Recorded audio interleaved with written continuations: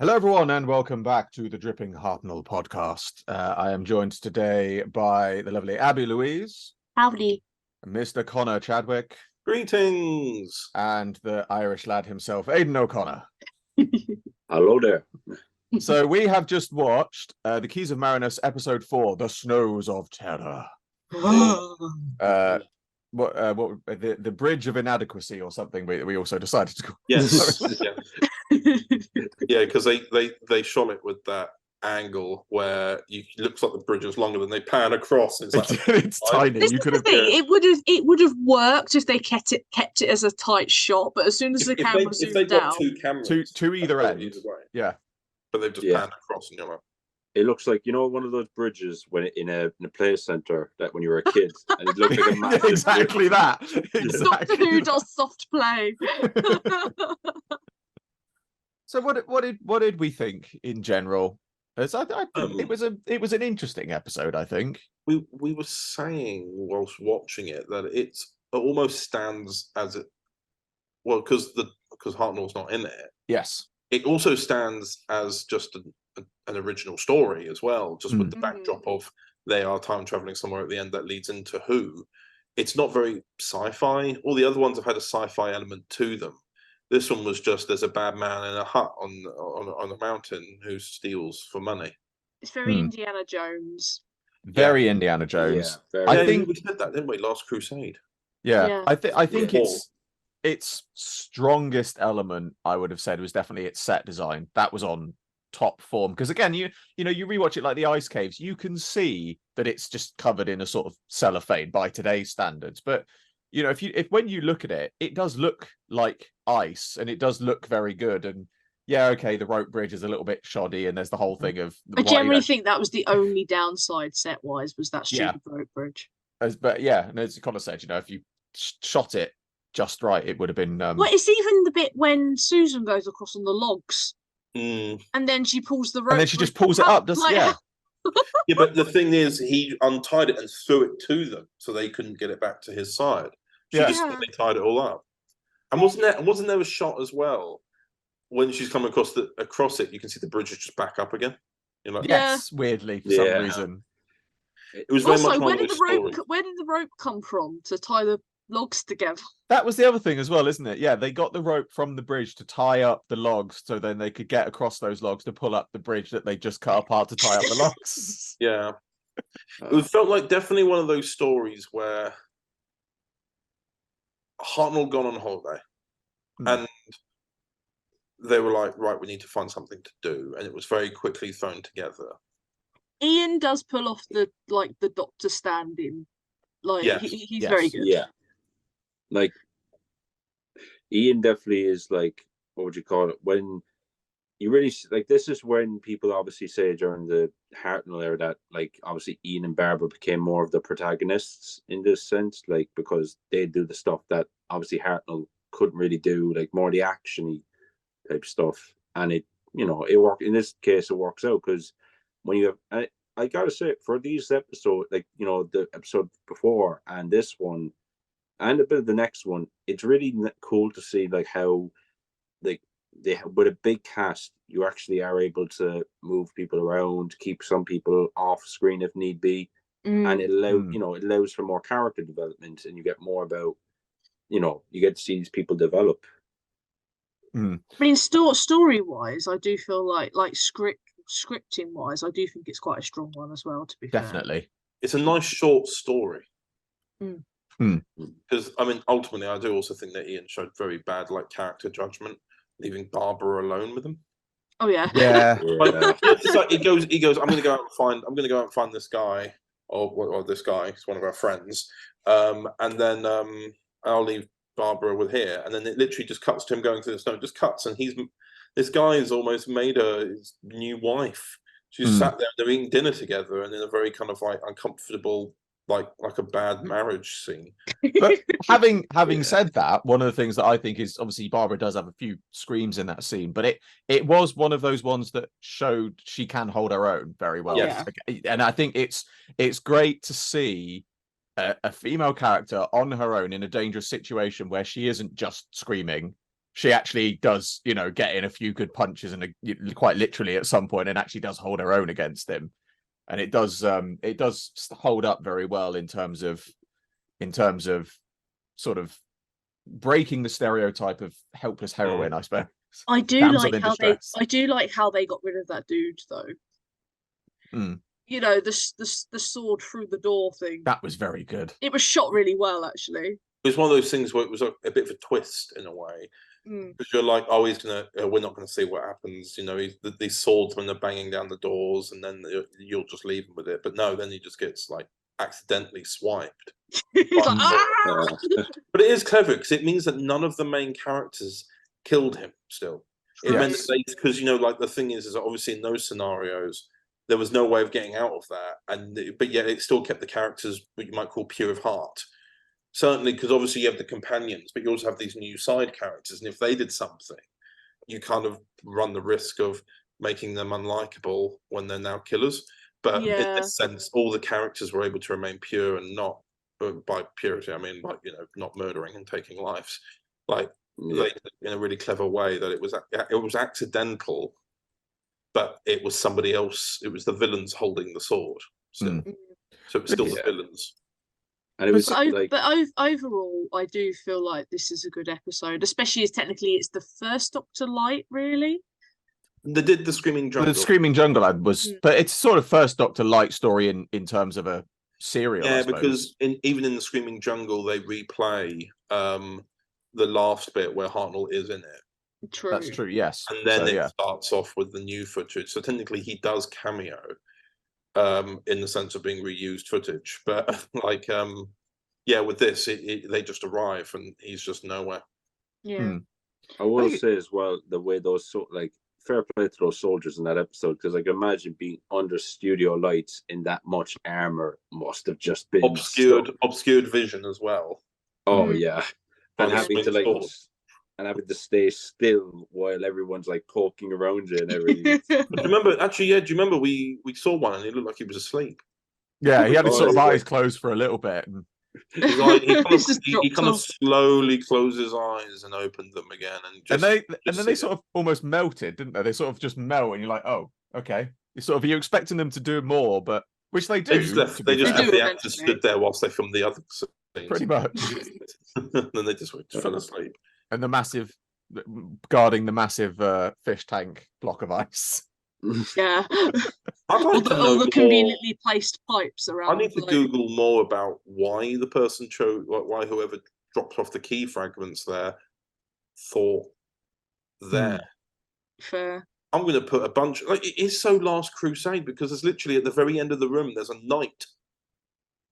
But I mean, it's when you think about it, actually, both that and the Screaming Jungle, and in fact, I think most of the places in the Keys of Marinus, to the best of my knowledge, they've never sort of followed up on where those worlds were, and all the different places. There's a lot that they could sort of again do with this place. It's very undertold story for a story that takes place across so many different locations. There's only really one, which is Marinus, that they've really sort of expanded on. It'd be interesting to know. It's like, the Screaming Jungle kind of thing. Why was the jungle screaming? I know it was obviously, it's hinted and implied and things like that. And obviously we had the conversation in episode 2 about, you know, the morpho, the brains and things like that. But yeah, it just feels like there's a lot of it that they just haven't expanded upon, that they could have done a lot more with. And now we are going to head on to episode 5, which is called Sentence of Death, I believe. Sentence of Death. So we'll join you. I swear Hartnell had better be in this one. We will join you after we have watched that episode. See you in a minute.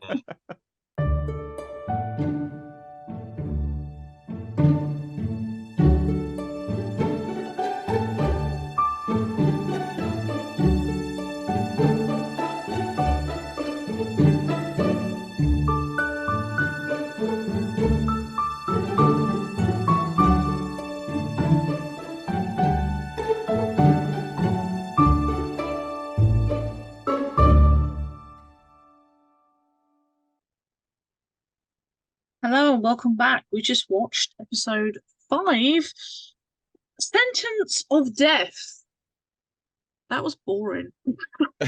Well, what are you talking about? I will mediate here. I can understand it was less action-packed. However, it actually kind of proves a point that when you've got the Doctor there, you actually don't. You can clearly tell the Screaming Jungle in the previous one, the Snows of Terror. They needed that action to fill the lack of exposition that the Doctor gives. With you know, Sentence of Death, it is a courtroom drama. There's gonna be talking, but the fact that you've got Hartnell back in it, you can clearly tell with his PowerPoint presentation. With his PowerPoint presentations, and as we mentioned, you can tell he's been on holiday because he's much more energetic. But I think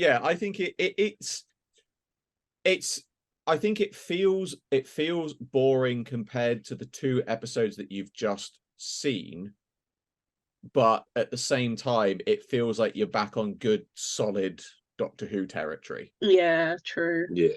Oh no. I knew you were gonna say that. It's like when he came in, it was just like the sun.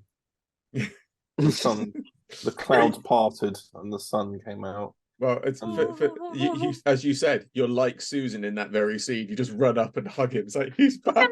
Father. Go on, Aidan.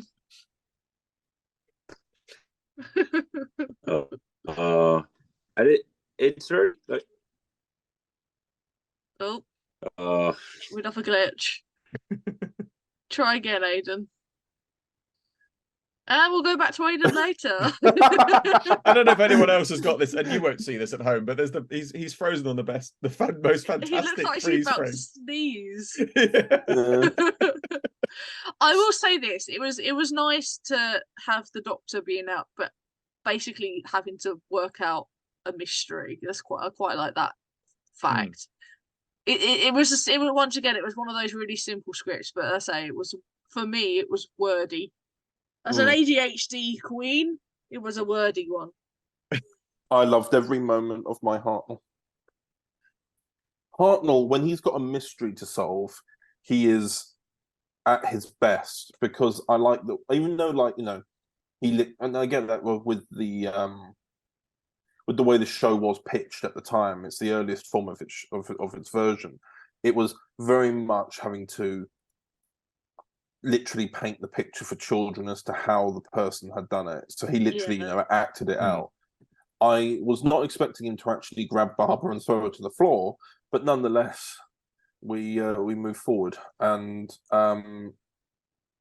he had a lot more energy about him, but also the cameras they used, the lenses they used seemed to be they were just really, really nice. Yeah, they had like that fade in the background going on with like the crowds and stuff. I had this Jimmy. I had this the other day with her.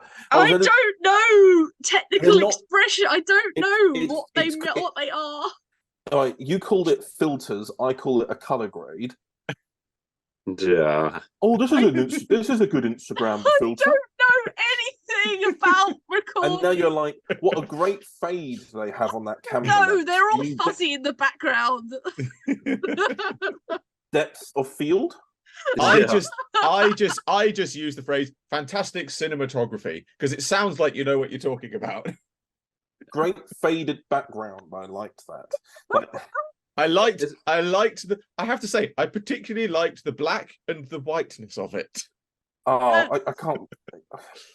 I will say, like, it's gone from a very like at the beginning, it's like a very sort of thing of like, oh, the board, who are the board and all this stuff, and then stuff about the keys, and now we're here. I'm just like, okay, how did we went from here to here somehow between 4 episodes?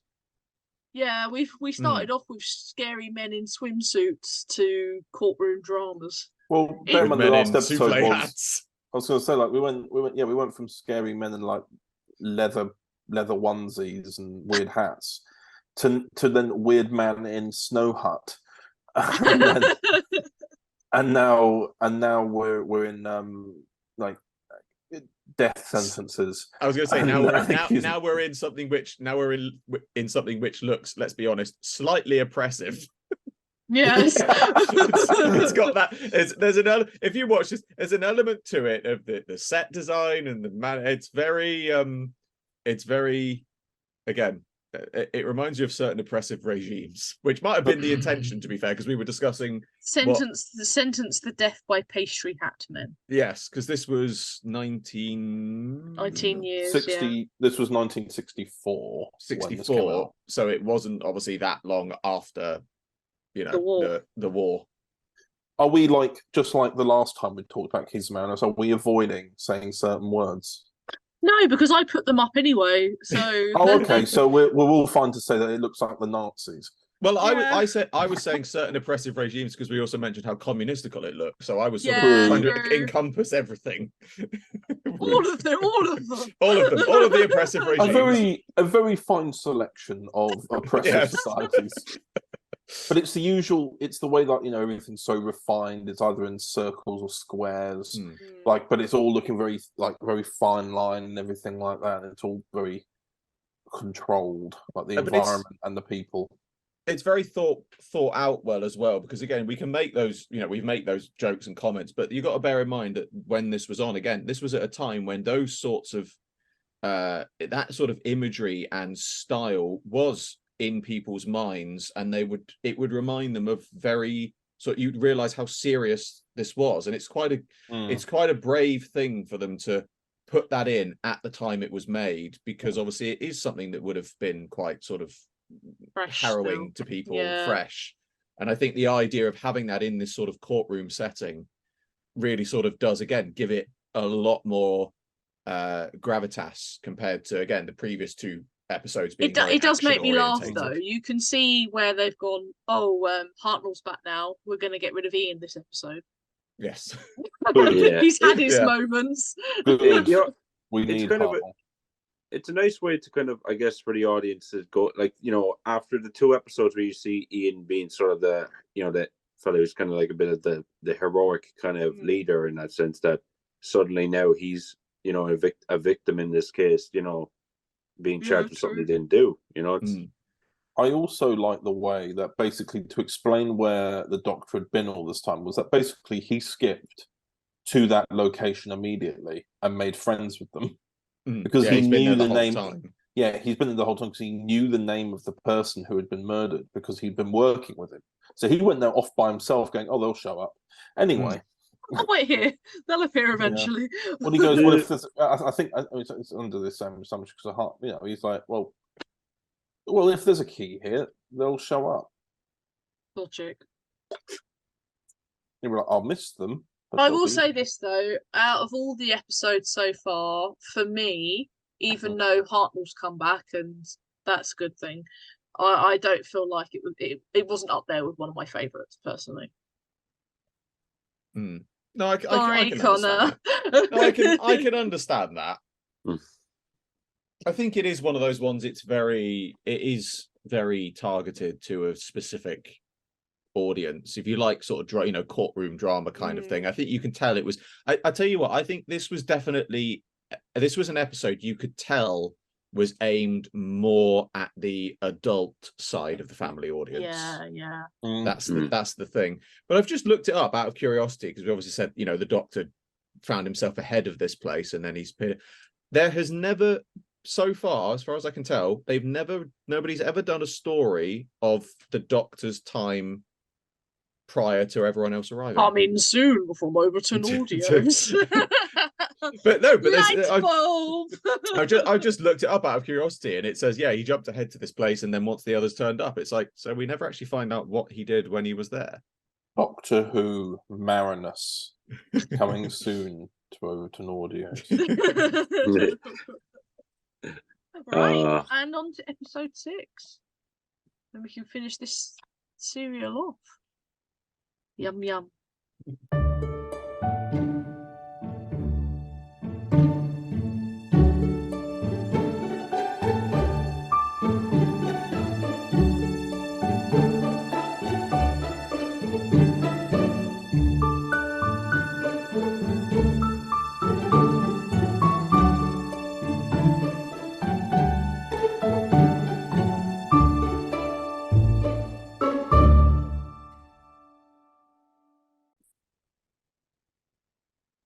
Okay, so we have just watched episode 6 of the Keys of Marinus, which is titled The Keys of Marinus.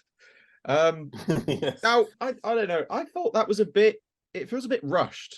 It was good, don't get me wrong, but you had the conclusion to the courtroom story, and then you had obviously the conclusion to the main part of the story, but they neither of them left enough time for the other to really satisfyingly finish. Very obvious that they wanted this whole courtroom who did it to be a two-parter.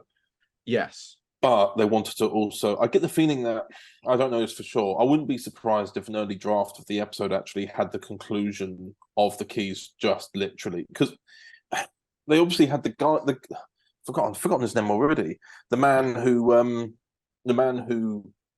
sent on the journey in the first place, that obviously gets knocked out. Yes. Nothing should have happened to him. No, he sort of disappeared, didn't he? Really? Well, no. At the end of part 1, they all broke. Those aliens, the Vord, they broke in and killed him, and then went, "Ha! Now we wait for them."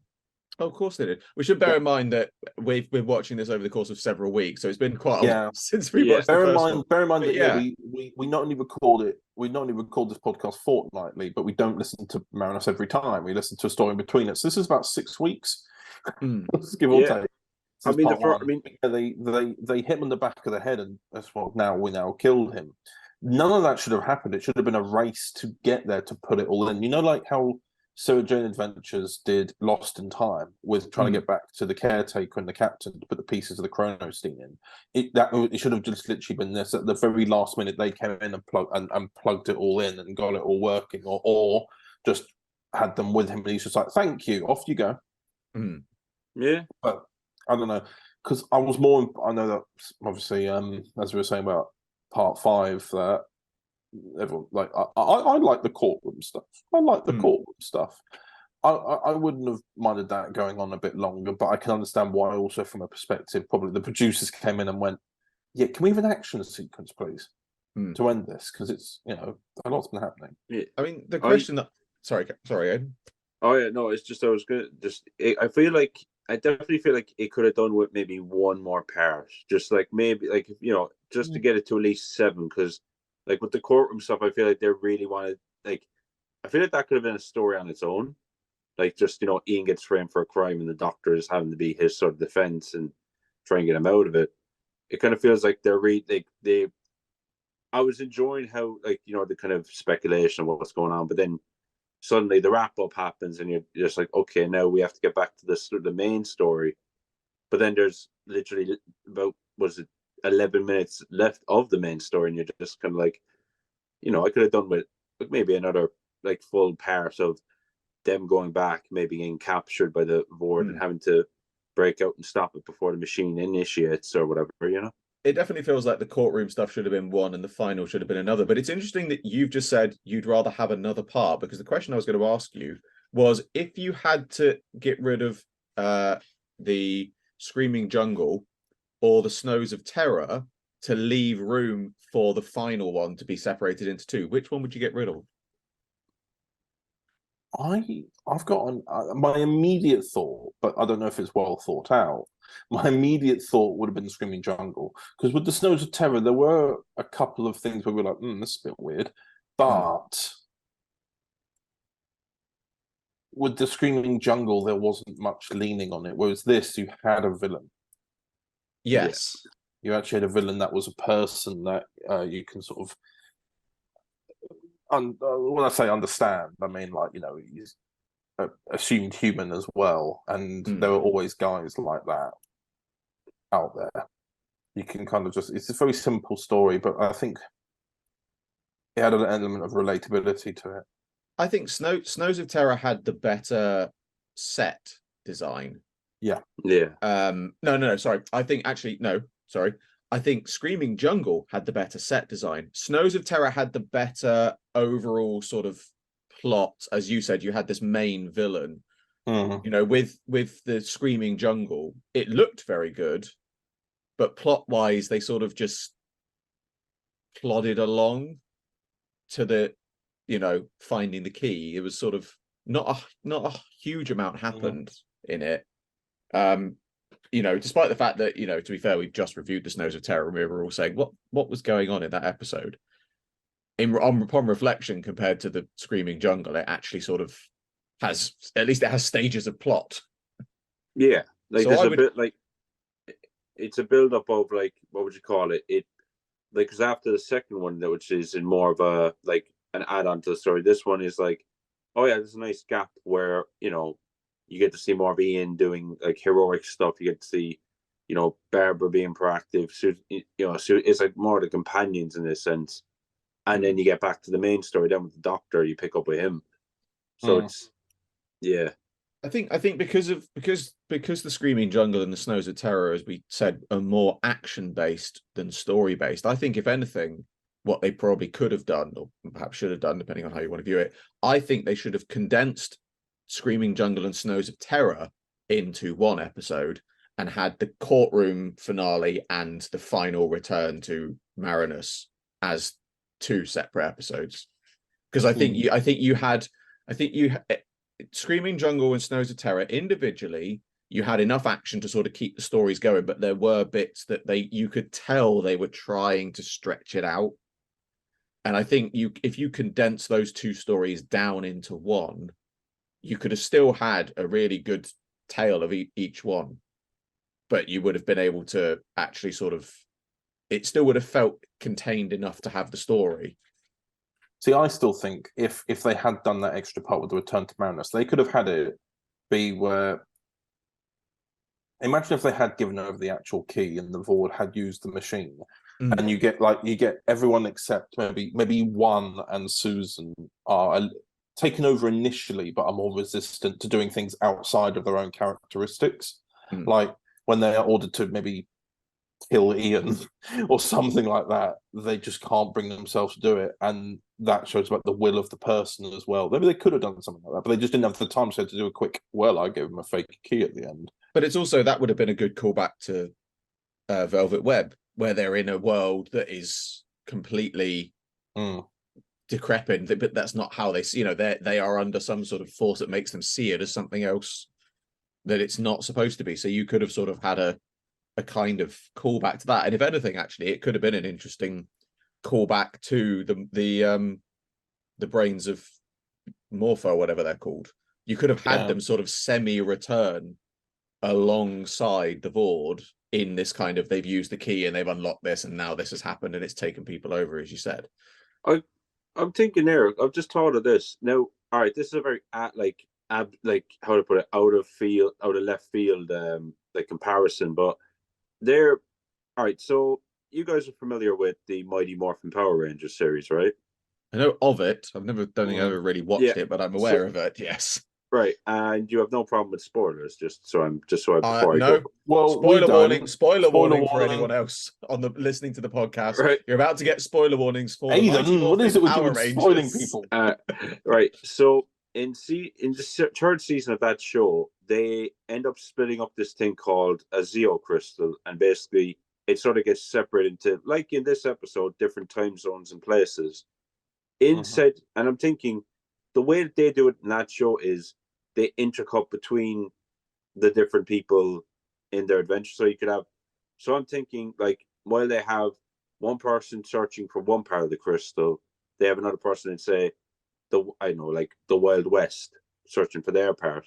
I'm thinking in this they could have done the Screaming Jungle Pit with say two or three of the characters, and then had the Snows of Terror episode with maybe another one or two, and that way then both parties can have their adventure. Like it cuts between them. I get the feeling, yeah, I agree with you. I get the feeling that they would have not necessarily had them intercutting so much. They would have done it as two separate stories where you follow one team and then the other team would be the next part. They didn't really discover the whole idea of intercutting between locations working for a little bit, did they, really? Yeah.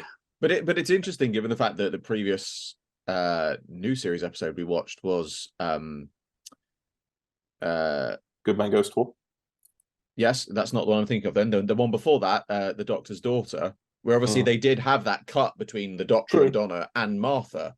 You know, you can have that sort of dynamic of the two stories. And again, I think, as you said, I don't think it's something that they would necessarily had explored in the classic era, but it certainly could have. It's something that could have been done now. Yeah, definitely. And the stories are simple enough to follow. Yeah, because later on they do start to go into that area, but that's later on down the line, like when you get to say maybe there are some elements where they do that.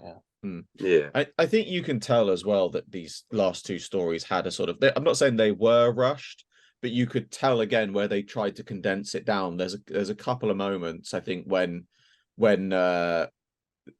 Barbara and the two go to see the woman who's, spoiler alert, the murderer, and then another bit when they escape and then suddenly they're outside the tower. You can tell there's a really quick jump cut and you sort of look like, okay, you could have done a fade out, fade in, but instead they've sort of walked off one set and onto another because they clearly had only limited amount of time. Yeah, it was quite funny the way they went, come on, let's go, and then they hadn't even made it out the door and it just cut to the other door. And she's literally there with the door open as they walk in. Yeah. But it's good. It's just it does feel a bit rushed in places. Yeah, I get the feeling that they ran out of time in places. I would say that it's sort of like this is no offense to Terry Nation and his writing. It's just like I feel like he does go big with a lot of his scripts. Yes. Like he wants to do a lot of interesting things and try and explore a lot. But I'd say he might have realized this is not going to fit the budget. To be honest, it's probably not even Terry Nation. It's probably the production team looking at it going, this. Because that's what's happened with I believe it was the Chase. The Chase was actually meant to be a James Bond style episode. Huge epic, wasn't it? Well, no, but it was originally 6 parts. And then it was meant to be a James Bond style spy thriller with Daleks. And then they said, we need this extended. We want this to make it a big epic. And so we had to make up stuff, which is why halfway through it goes to a different writer. Because Terry Nation just said, I'm not doing this anymore. I think we can all agree at Keys of Marinus. It's another example of that. It's a perfect example of how Terry could write things that weren't Dalek related and do them well. I think it's just a shame that what he's written was clearly again meant to be this big epic, and it's just not as any criticism. I think it's more just limitations of the production at the time. It's a wonderful epic written by Terry that's not been realized to its full potential on screen. Agreed. I would say that's because again I think it's everyone sort of thinks Terry Nation and you immediately think Daleks because of course you do, but it does prove that he could write a lot of other good things, and when you consider the variety in this as well of not just aliens but locations, and things like that, you can sort of see that it's kind of like it's almost a bit of a shame that he got so tied down to Dalek stories, even though they were all wonderful. You really look at it and think like this story really does show how much more potential he could have had to have written non-Dalek stuff given the chance. Yeah. But you do get the feeling that I don't know. I could, this is me making assumptions. It wouldn't surprise me if there are tons of Terry Nation non-Dalek scripts that never got made because they went, where are the Daleks, Terry? We know that's what you do. It's like being typecast. He just got typecast as the guy who always does the Daleks well, and then it's unfortunate for him then because he's like, I want to do something different, but then you're just yeah. But I've just thought, does that mean actually that because we mentioned this in episode 2 about the brains in the jars, the morphos, which were obviously meant to be or implied or hinted to be the brains that are in Dr. Mysterio and Wedding of River Song. I'm guessing that makes them a Terry Nation alien, which is why I'm guessing perhaps they didn't directly link them, because like the Daleks, they would have had to have paid his estate for them. So you probably find that's what it was. They were, but when you look at the design of them, it's clearly them. The only way, I think we said this before, the only way they could have made it more obvious is if they'd had the Daleks in the new, if they'd had the brains in the new series, have their eyes come out on stalks. If they'd done that, it would have been a clear reference. So you kind of get the feeling that they've tried. That it's kind of like you reckon, nudge, nudge, wink, wink. You recognise these, you know what they really are. But we're not going to say it because then we've got to pay Terry's estate. It's like somebody just says it to Moffat in an interview, and he just starts like doing a smirky smile, but he's not telling anyone anything. Yeah. Well, this is my kind of love-hate relationship I have with Moffat, because he does things that references the Hartnell era and then destroys Hartnell. Yes, let's not quite go. That's long-winded territory. I cannot wait for the episode where we watch Twice Upon a Time. Oh God. Oh jeez. Oh no. We'll just all go and make a cup of tea while you're just right. Okay, he's started his rant. We've got about 10 minutes now. It's like what's the episode with the Orient Express? Start the clock. Yes. Yeah. But yes, has anyone got any final things to add about the Keys of Marinus overall? Personally, I do like it. It's again one of those stories. I think now I've come to the end of it. It's one of those stories I don't watch often, but when I do watch it, I do enjoy it, and I kind of think, why isn't this a story I watch more often? Because it's a good length at 6 parts, but it doesn't feel that long because you're sort of split up into so many different stories. It's enough to keep you engaged. By the time you got to the end of one part, you're on to the next story and you're sort of want to see where it's going to go. And by the time you've done that, you're sort of at the end of the story. That's true. Yeah. I still very much enjoyed it though. Of course you do. It would be very weird if you didn't. Despite its flaws in the editing department. No, it's not in the same way that I like the Sea Devils episode that came out with 13, although the editing really suffered for that one. But I think how would I say this? I haven't watched a lot of Hartnell like in a while, but it's been nice to kind of get a nice refresher on how his era is, like, seeing what's like, the way things were edited, the way the production was set up, because it's I know it's kind of reiterating a lot of things, but it's very early days, so it's nice to see the beginning. What's interesting to see. It's like I say this to people now who probably watched Twice Upon a Time and gone, oh my God, I go, guys, it's not like that. This is what you're seeing here is a nice time capsule of the actual, of the story. And a good thing to note as well is that Keys of Marinus that we just watched is only the 5th ever story. Yeah. It's right. It's in the top. It's literally in the top 5 for the earliest made. And it's a very strong. I think it's safe to say it's a good. Unless you really want to start at the beginning, which there's no reason why you can't, or you want to start with the Daleks or Cybermen or something like this. If you want to start with something that isn't related to something obvious like Daleks or Cybermen, I would say Keys of Marinus is a good jumping on point for the First Doctor, because you've got a bit of everything in there. multiple locations and different times. Yes. And you see you see how the early dynamic was between obviously himself and Ian in terms of like how they bounced off each other as the kind of the brains and the somewhat brawn of the Yes, I think it's very good. It's a very good starting point. But yes, anyone anymore? No.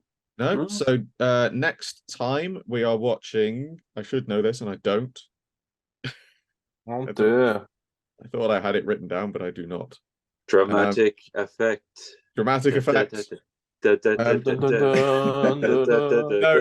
we are watching. We're going to be watching something from the new series. I know that much because that's the way we're doing it. Yeah. But yes, it'll be something new series, and hopefully we may have a new cast member joining us if we're lucky. Oh yes, indeed. So we stay tuned. It's Father's Day next. Father's Day. Thank you, Father's Abby. Day. Yes. Yes. I knew it was mentioned earlier, and I was like, "Who mentioned?" Somebody mentioned it earlier, and I can't remember what it was. That episode is going to make me cry. Yes. Oh. I generally don't think I've seen it since it's aired. So. Oh. Anyway. The end.